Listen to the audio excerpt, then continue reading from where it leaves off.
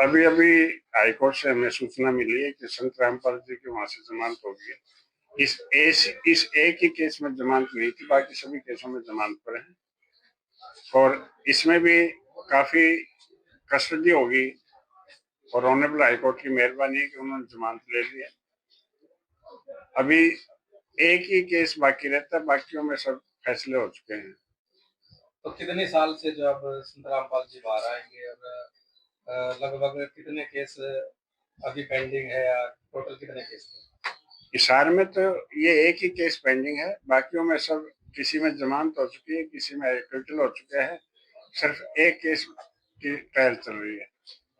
तो अब जो जमानत की जो प्रक्रिया है वो किस प्रकार से रहेगी?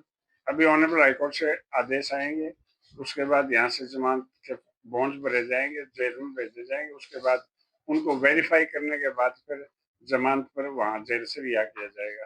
तो क्या उम्मीद लगाई जा सकती है आज शाम तक संत रामपाल जी बाहर आ सकते हैं? ये डिपेंड करता है ऑर्डर मिलने पर। अगर ऑनरेबल हाईकोर्ट से आज ही ऑर्डर आ जाते हैं, ऑनरेबल जस्टिस के उन पे साइन हो जाते हैं, तो 4 बजे तक आज भर देंगे, नहीं तो फिर कल भरे जाएंगे।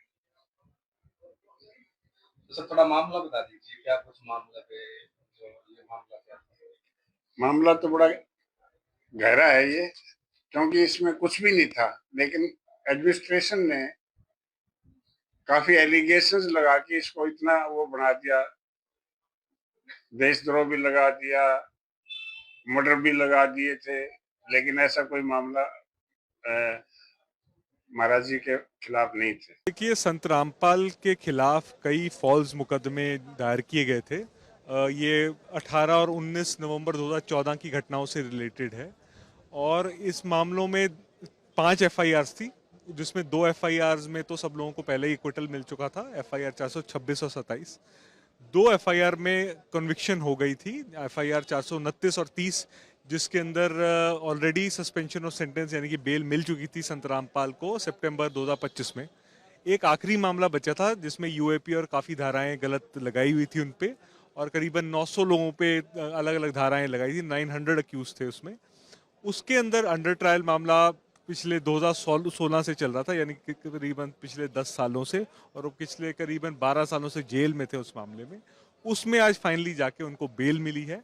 ये आखिरी मामला था जिसमें उनको बेल की वेट थी। बाकी सब मामलों में या तो वो बाइज्जत बरी हो चुके हैं या उनको हाई कोर्ट से या किसी और कोर्ट से जमानत मिल चुकी है। अब देखिए, हाई कोर्ट का ऑर्डर जैसे ही आता है और बेल बॉन्ड की प्रोसीडिंग्स होती हैं, उसके बाद उनकी जो लीगल टीम है वो उनको प्रोसेसिंग करवाएगी और जितना जल्दी हो सकेगा वो छूटने की कगार पे हैं। देखिए, वो ऑलरेडी कई अक्यूज की तरफ से हमने पिटिशंस डाली हुई हैं कॉशिंग की, ये कह के सरकार ने सैंक्शन गलत ली, ये कह के बिना किसी एविडेंस के उन एफआईआर चलान वगैरह किया गया है, उनमें नोटिस भी हुए हैं, वो केस ऑलरेडी लंबित हैं और अलग, क्योंकि 900 अक्यूज्ड हैं तो कईयों की तरफ से हमने डाली हुई है और वो प्रोसेस चलता रहेगा। कुछ हम इसको हाई कोर्ट में भी फॉलो अप करेंगे और ज़रूरत पड़ी सुप्रीम कोर्ट में भी लेके जाएंगे, क्योंकि देखिए, सिंपल एक लॉ एंड ऑर्डर के मुद्दे को आपने एक टेररिस्ट एक्ट का मुद्दा बना दिया और किसी को 12 साल में रखा, जेल में रखा, तो अल्टीमेटली तो उनको एक्विटल होना ही है।